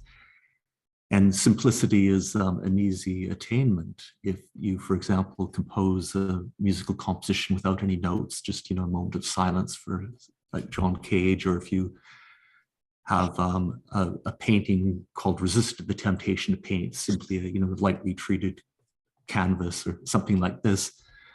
But it is a challenge. The more a gorgeous, I don't know, the School of Athens isn't an easy thing to bring about, or down the hall, the Sistine Chapel, it's rather complex, but there is an integration and unity, and to bring simplicity and unity, for there to be diversity in unity is a form of simplicity, which is also possible. So it's not that we're aiming at a simplicity on the way to nothingness, but but a kind of integration of, I mean, there is many possibilities. If Michael, we see through these. Sorry, Andrew, go ahead. I was going to ask you, I think, are you talking about the 2nd century on theology, number 20? 2nd century on theology, number 20. You pointed to that, 142. But David, I wanted to, just following along, this is fascinating. I hope I didn't miss too much. But I like your linking, David, of simplicity with integrity. I think there has to be something there, because integrity is as essential as simplicity. And then I thought, maybe is an integrity simple that clearly shows forth its excellence, its virtue? Mm-hmm. Do you think that? Do you think, because it's not simple, it's not easy to say that a complex thing is simple. So what is it? The integrity is part of it, I think. The harmony, the inner harmony, could also be its virtue, its excellence. That might be a way of drawing that line even further than through simplicity, through integrity. Yeah. The other thing I was going to say was, when we're talking about, I mean, when we're talking about multiplicity and simplicity and so on, as pertains to the divine, we have the divine logos, and then Maximus in 3. Remember, he says, part 3, Maximus is the divine logos is beyond all principles, beyond all logoi, right? All the multiple logos is logoi. That's the only word for it. Pardon me. It's linked there. It might be simpler to talk about the manifold, the prolix, the what have you. Simpler when we look at how they're linked linguistically even. It's like capitalizing something. You're doing something different by capitalizing, say, this name, and then every other name is lowercase n. Maybe something different is going on than saying, this is one thing and all of these other things are over here of another kind. Because that link between the simple God and the integrity of the world is part of what we're trying to get at tonight. Lorraine, what do you think about this, or about the century in general? Did anything stand out for you, infuriate you? Yeah, sorry, I've just been listening. I think the middle ones stood out to me the most, just the 20, 26, 27, in terms of this idea of unity of our human nature, which did get me thinking about, well, what is our human nature, and is it, in just the conversation right now, what does it mean to have an integral human nature, right? Integral, yeah, beautiful. Yeah. So specifically, I can't remember which passage it is off the top of my head. Sorry, I have it on tablet, so I'm always slightly behind you guys. Just trying to get the right ones. But just that idea of fighting against yourself, like that nature fights, like in the divisiveness. I think it's when he was talking about, number 30. Actually, it's number 30, which I don't think we read. No, we didn't. Do you want to read it aloud? Yeah. So the devil has deceived us by guile in a malicious and cunning way, provoking us through self-love to sensual pleasure. He, the devil, has separated us in our wills from God and from each other, and has perverted straightforward truth, and in this manner has divided humanity, cutting it up in many opinions and fantasies. Was probably one of the most striking ones for me.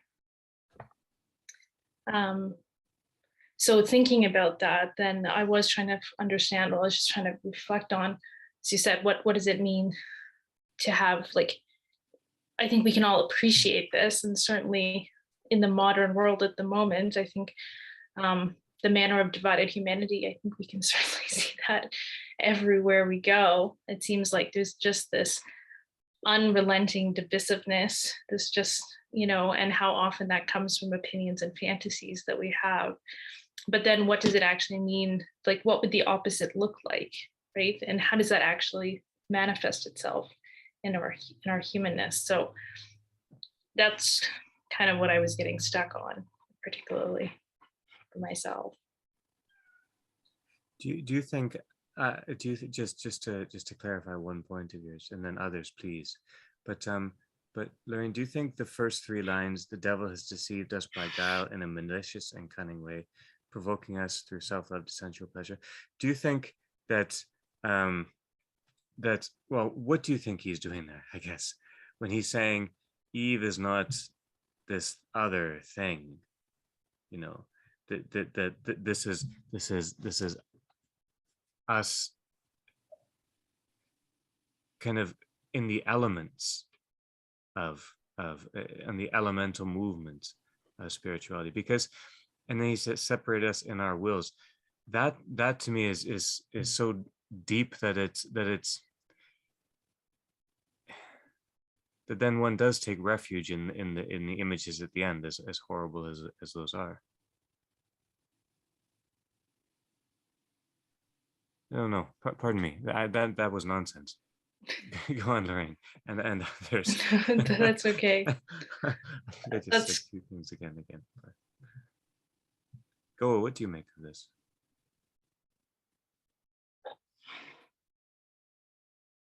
Well, you were going to say more, I think, weren't you, Lorraine? Nope, that's me. I got stuck at human nature. I got stuck at the oppositeness of what that would look like.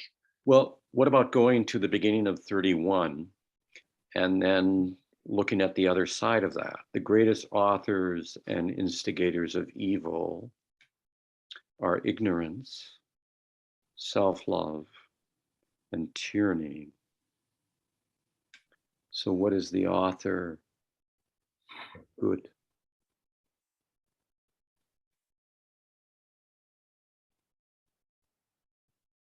Knowing, as it's used in the Bible, that knowing which is a knowing in the love of the other, and humility.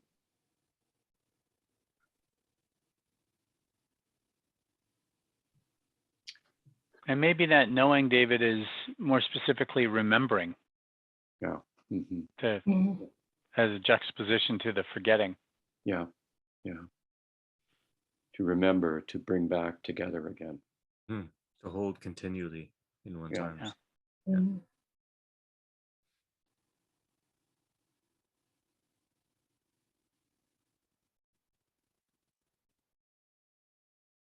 And then the way he goes on there, from ignorance of God comes self-love.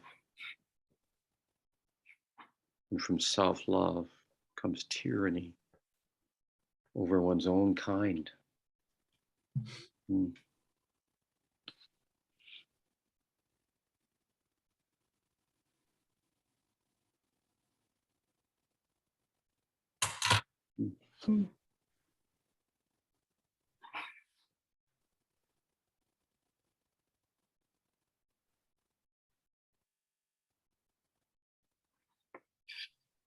And the devil establishes these in us. When we misuse our own powers, namely our intelligence, misuse our desire, and misuse our incentive powers.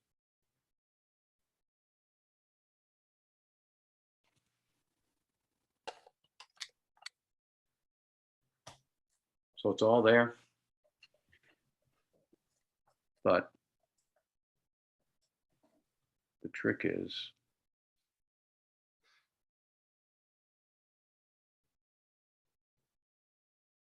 the right relationship to it.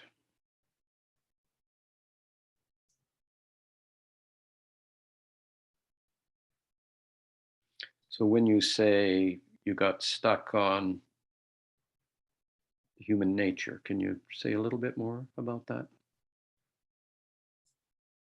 I think I was just thinking practically, but now that you've sort of highlighted. I don't know why I got stuck on 30 and missed 31.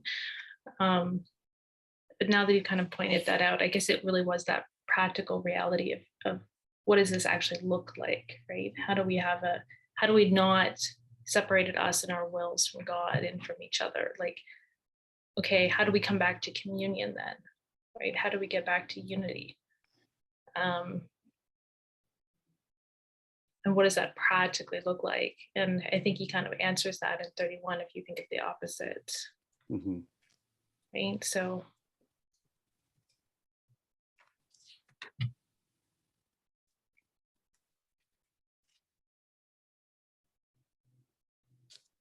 yeah.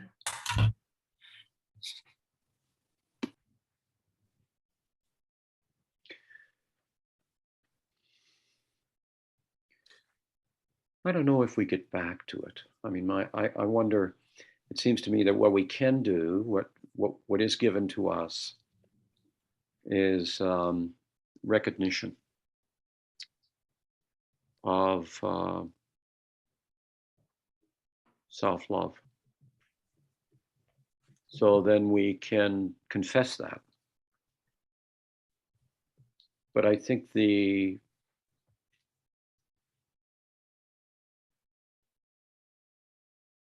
being restored to who we are always strikes me as being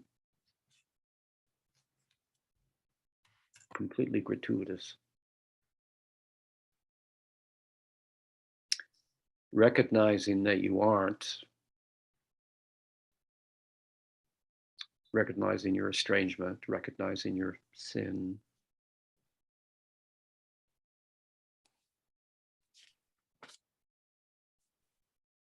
we can hold that up. We can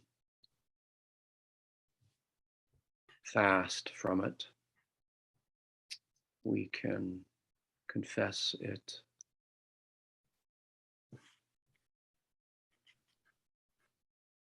And my sense is that Maximus is talking an awful lot about that, because that's the piece of the puzzle we have some active participation in. But I also think he's pretty clear in several of these aphorisms that the return to integrity, the return to communion, the return to yourself is a gift. We can't will it. Alas, alas. Well, it's probably good. So this way in which we become separate from our will,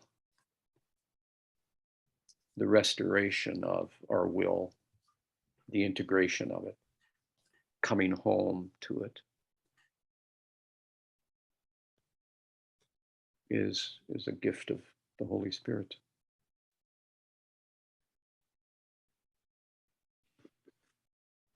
He might actually be a Christian.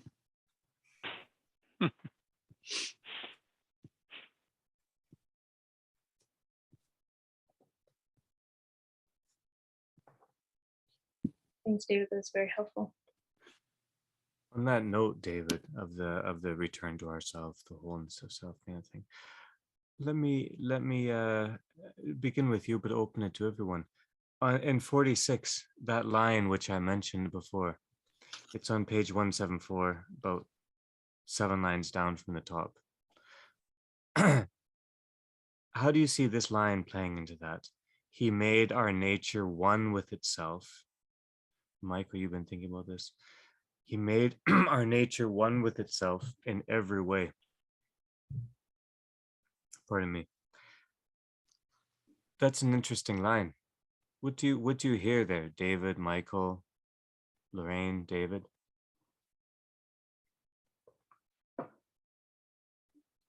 He made our nature one with itself in every way. Integral, pure, maybe, holy. But those are just other descriptive words.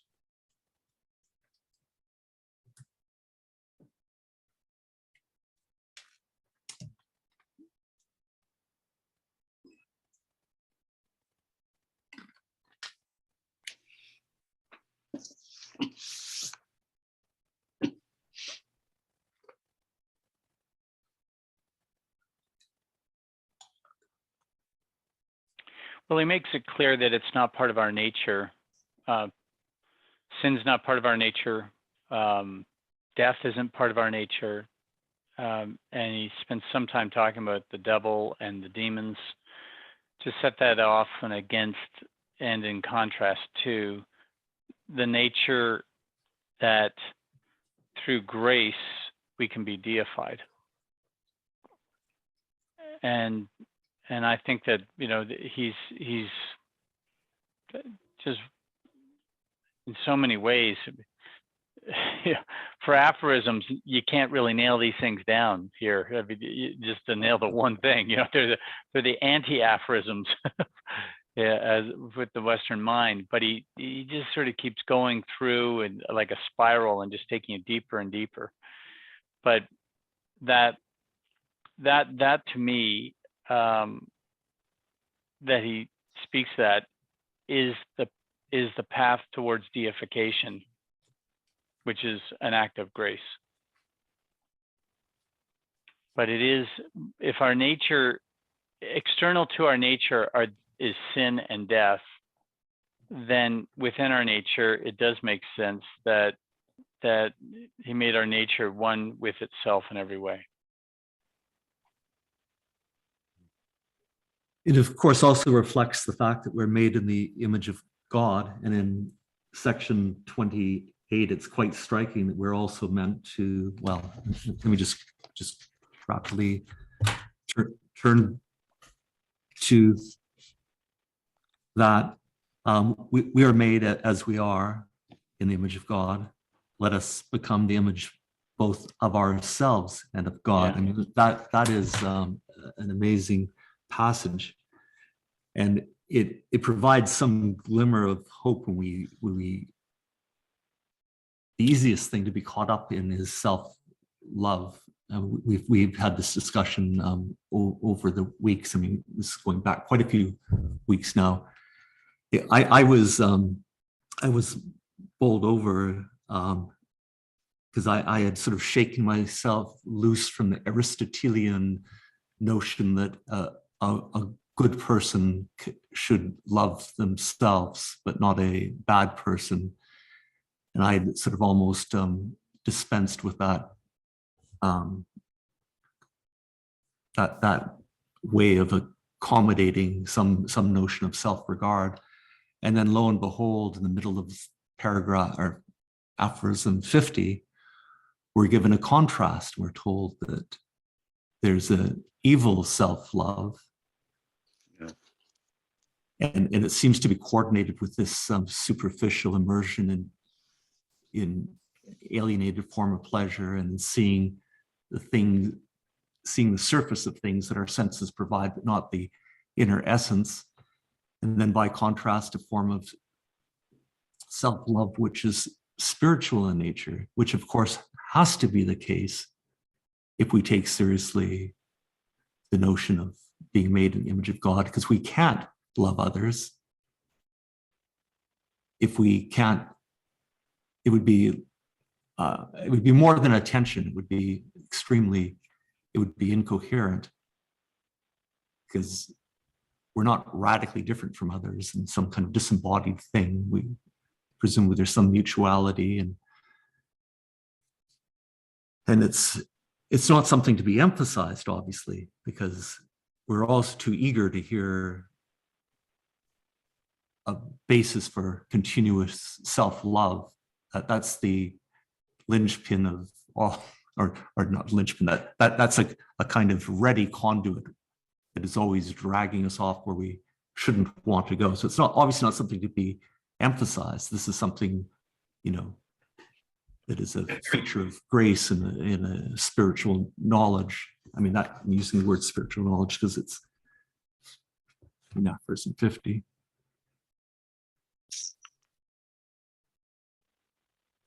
It's striking. I remember, Luther used to go to confession for 4 or 5 hours a day, 3-4 days a week to Johannes Staupitz. And because he was so caught up, so convinced that he he was unworthy of God's love, and so completely possessed by this. And finally, Staupitz, on one occasion, I think the penny dropped for him, and he said, "Martin,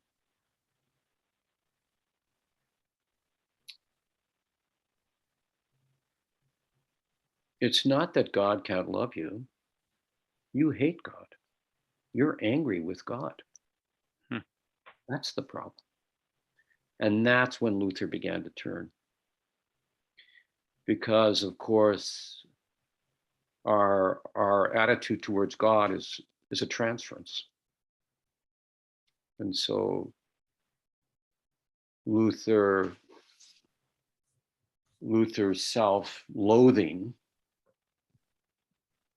they have a German word for this, the way in which it existed in him. What is it? Anfechtungen.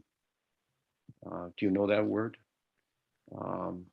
Self-loathing, complete utter sense of unworthiness is,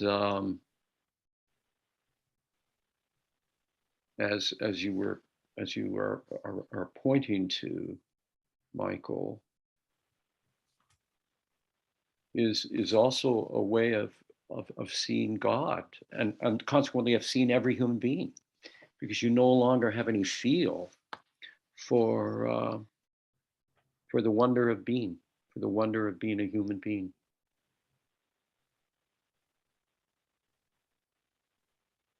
So both of these, both self-love in the sense that's used usually here, vanity, and self-hatred, are just two sides of the mirror. Both of them are disconnected. Both of them aren't real.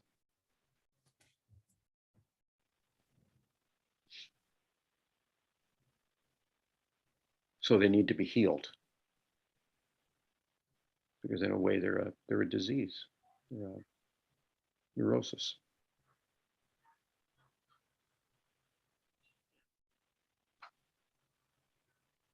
Luther never got over it, from the little bit I read about it. I mean, he suffered from this all of his life, but once he married the nun, it got a little easier. So she tried to help him, I guess. And it certainly didn't, it didn't hurt that he had the words of Paul fall strongly on his heart, that his salvation is by God's grace, through faith. And I suspect his bowels got a little bit easier to deal with as well. So it all worked together. It's a very incarnational theology. You don't have anything as incarnational as that in Calvinism, do you, David? Yeah. Those of us No. who were raised Lutheran at least got Luther's bowels to understand this. Yep. I have another literary way forward, maybe. A suggestion. First of all, Michael, I really like how you move from that idea that he made our nature one with itself in every way, to that other bit in aphorism 28, when he talks about, become the image of God or of ours, and there's something there, something to do with icon, or something to do with incarnation. There's something really profound that I think you're pointing at there. But maybe we have to return to it. But there's something there. I don't know. Maybe you know what it is. Maybe David Lorraine knows. The holding of those two things together. What I was going to suggest was, since we're over time a tiny bit, and since I have in my notes, should I read part of Pound's Canto 81 along with aphorism 28, but then I didn't actually read out 28. So then when Michael brought it up, I thought, oh, Can I read out a tiny bit of my very favorite poem?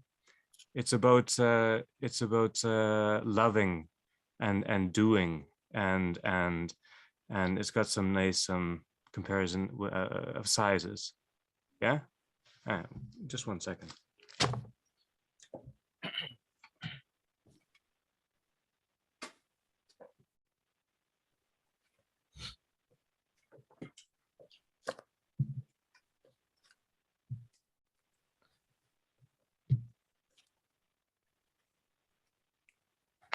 What was the canto again, Andrew?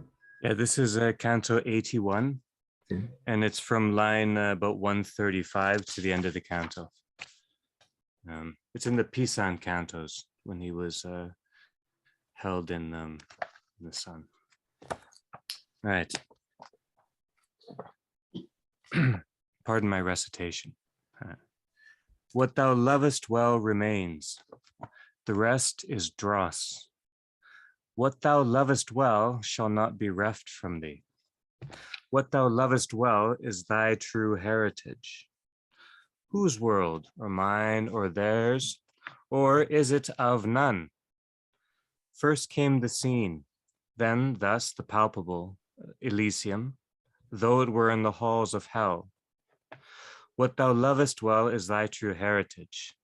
What thou lovest well shall not be reft from thee. The ant is a centaur in his dragon world. Pull down thy vanity. It is not man-made courage or made order or made grace.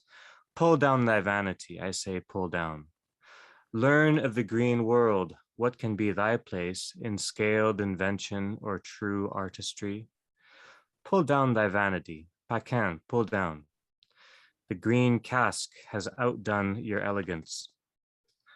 Master thyself, then others shall thee bear. Pull down thy vanity. Thou art a beaten dog beneath the hail, a swollen magpie in a fitful sun, half black, half white, nor knowest thou from wing from tail. Pull down thy vanity. How mean thy hates, fostered in falsity. Pull down thy vanity, wrath to destroy, niggard in charity. Pull down thy vanity, I say pull down. But to have done instead of not doing, this is not vanity. To have with decency knocked that a blunt should open, to have gathered from the air a live tradition, or from a fine old eye the unconquered flame, this is not vanity. Here error is all in the not done, all in the diffidence that faltered. There you go. It has my favorite 2 lines of poetry. What thou lovest well is thy true heritage. What thou lovest well shall not be reft from thee. Thank you for reading that. Thank you. That was great. Let's pause here. Next week, the 2nd century on various texts in the Philokalia. The 8th